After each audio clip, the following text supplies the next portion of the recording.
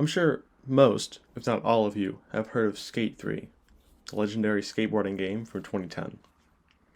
While it doesn't offer an amazing story like GTA or incredible graphics like Cyberpunk or Forza, it's still incredibly popular. Today, I'm going to explain to you why. Despite not even being one of the top 50 best selling games of all time, it is still very well known.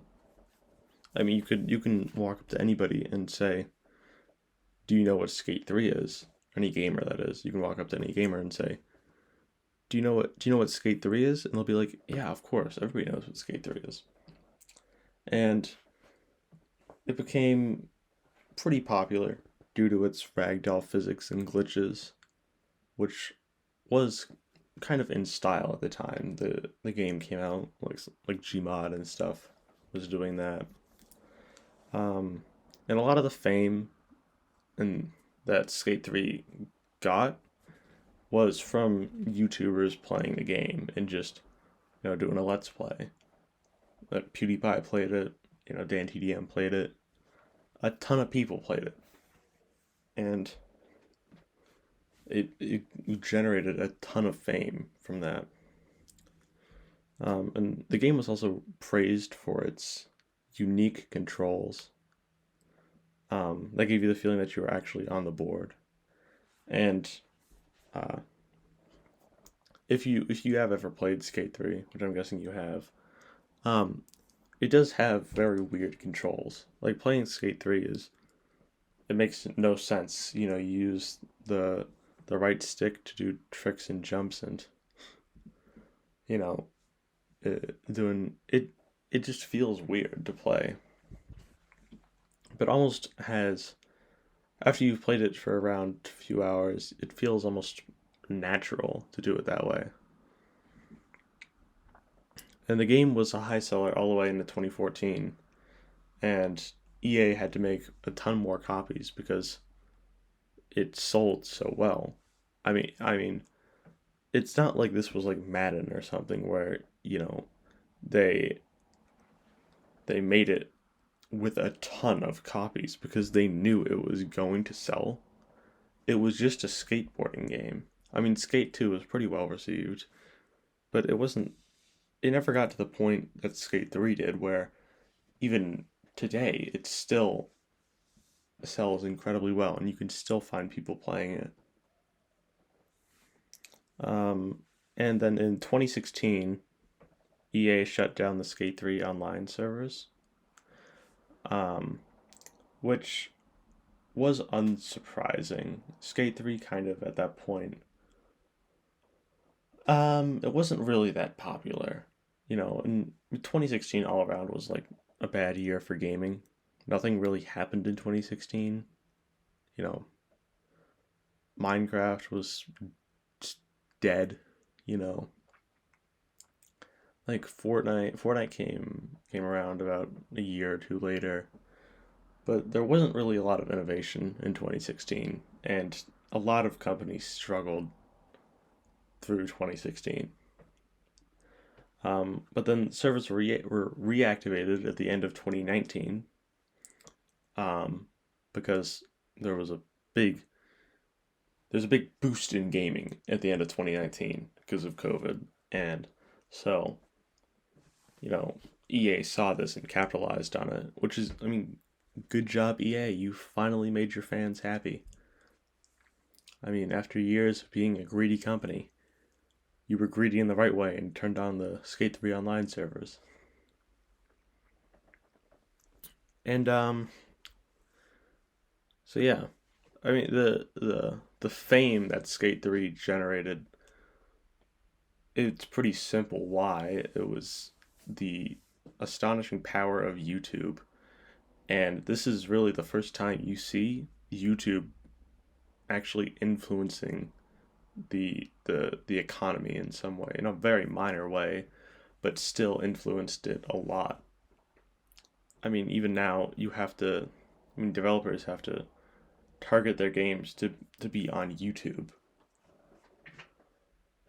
And it really worked in EA's favor with with YouTube picking up this game and YouTubers picking up this game.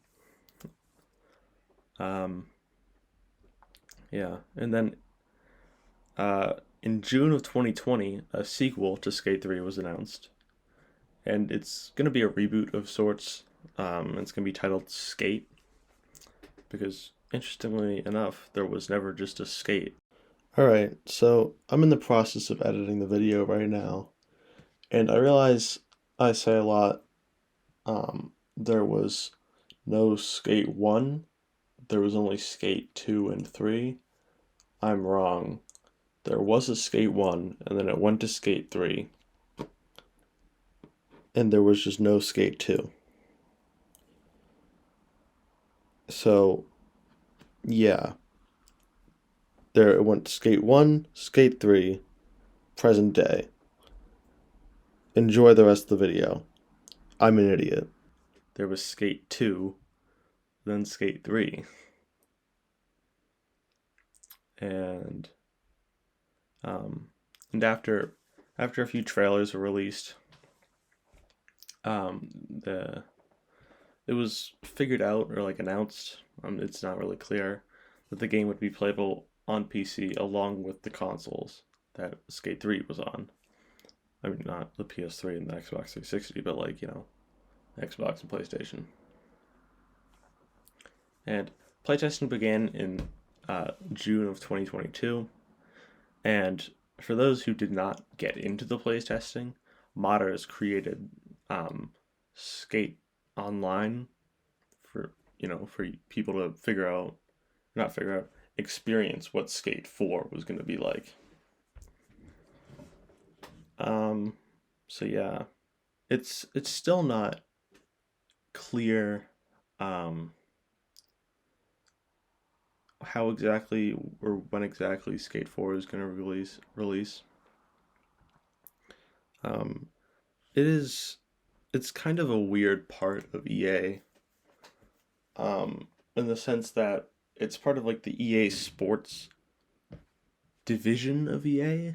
Like, it's not, like, because Apex Legends and Titanfall are just another part of EA, along with PvZ and everything.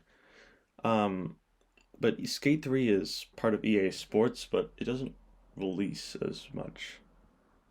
It doesn't follow the same like release pattern as EA Sports does, where there's a new Madden every year and a new 2K, a new NHL, new WWE. There's Skate was always kind of just like an outlier, and it wasn't exactly clear on what it was supposed to be, which kind of made the game incredibly popular, because it didn't target like hardcore sports fans like Madden does or FIFA. It just targets somebody who wants to do a backflip on a skateboard and then give their player a horrible concussion by slamming their head into a metal bar. Which is why Skate 3 sold so well, if you had not figured that out. But that's a brief overview of why Skate 3 is such a legendary game, and a little bit on what we know about Skate 4. Yeah, and if you wanna support this video, like it.